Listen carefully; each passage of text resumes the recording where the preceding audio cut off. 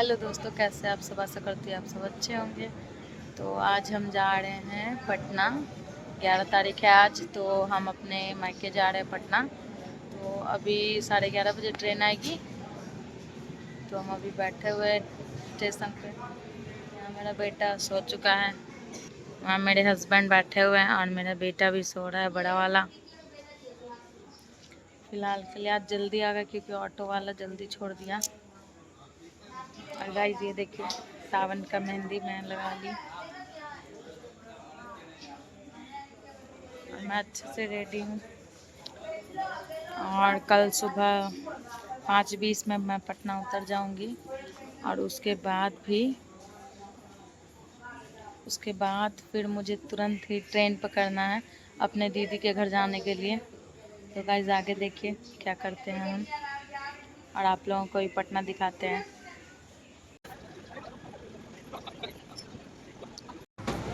तो फाइनली हमारी ट्रेन यहाँ पे आ चुकी है और हमारा कोच जो है वो S6 है। S6 में अपर बर्थ मिल गया है। बहुत बेकार, बच्चों को लेकर अपर बर्थ यार बहुत बेकार लगता है।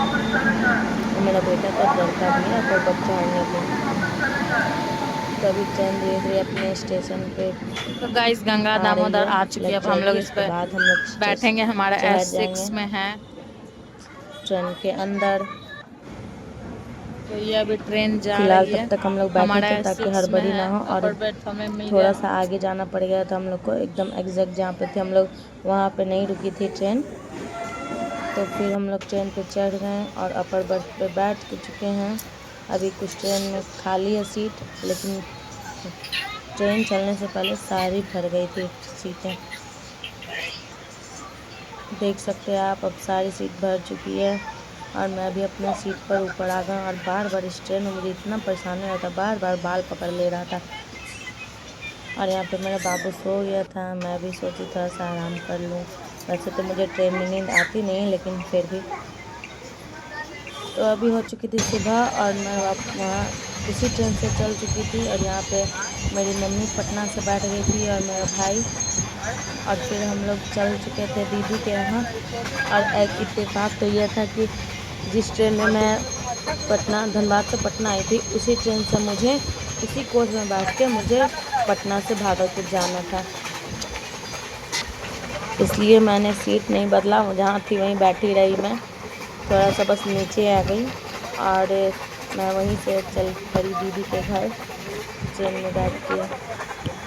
मुझे तो उतरना ही नहीं पड़ा, मैं बस उसी ट्रेन में बैठी रही और वही ट्रेन से मुझे जाना था। बस मेरे हस्बैंड उतर गए और वहाँ से वो चले गए पटना।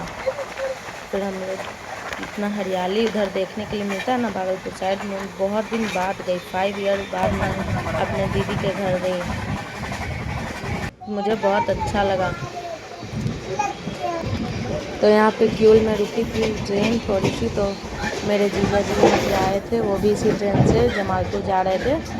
वो एडवोकेट हैं, तो वो भी इसी ट्रेन में आकर के बैठ गए थे। और मैं इतनी परेशान हो गई क्योंकि थोड़ी सी खड़ी हो गई ट्रेन में, इधर उधर चल लिया बुल लिया। और ये सुल्तानगंज स्टेशन, जहाँ मैं 7 ईयर्स बाद आई हूँ, जहाँ मेरा अपना मायका है, दादी घर। मेरा दादी घर सुल्तानगंज में है, जो कि मैं बहुत दिनों बाद आज देख रही हूँ। वो भी सिर्फ स्टेशन जा सकती हूँ, घर नहीं गई क्योंकि मुझे भागलपुर जाना नहीं तुमको था। समझ में आ रहा है? यहाँ पे सब बाबा धाम का तैयारी में था, बिल्कुल भीड़ थी बहुत। सब ऑरेंज ऑरेंज कपड़ा पहन के बहुत ज़्यादा भीड़ किए हुए थे। बाबा धाम में बहुत सारा फैसिलिटी करा हुआ था अभी भक्त लोग के लिए। और उसके बाद वहाँ पर पुलिस लोग भी बहुत सारे थे ताकि कुछ गड़बड़ ना हो जाए। तो फिर सुल्तानगंज स्टेशन को बाय करके मैं आगे निकल गई भागलपुर के तरफ।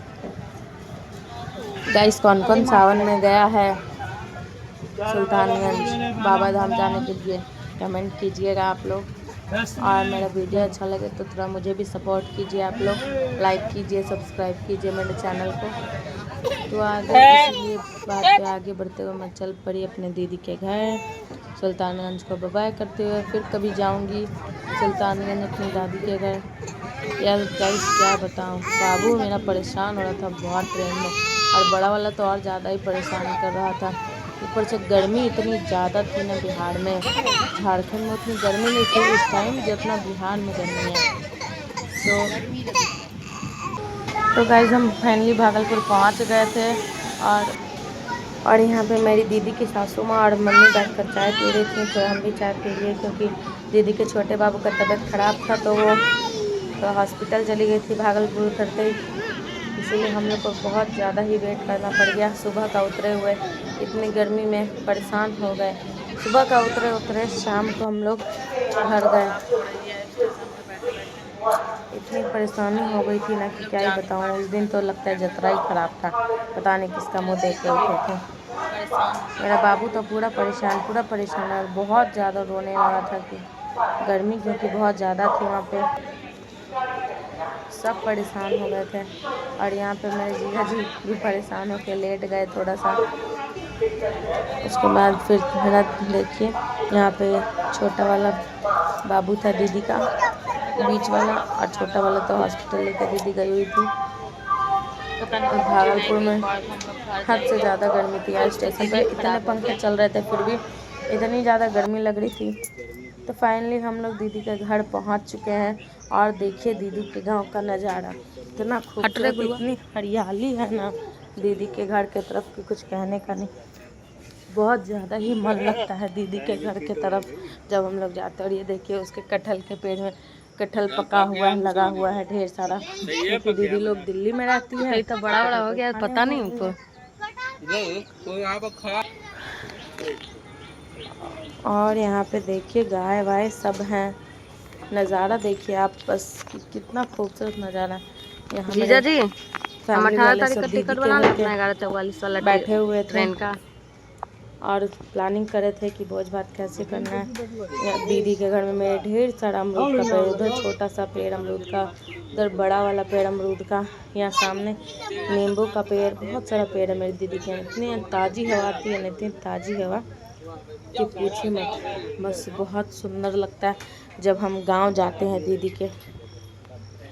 किन किन को गांव में रहना बहुत पसंद है, गांव जाना बहुत पसंद है, गांव का हरियाली देखना बहुत पसंद है, वो कमेंट कीजिएगा मुझे।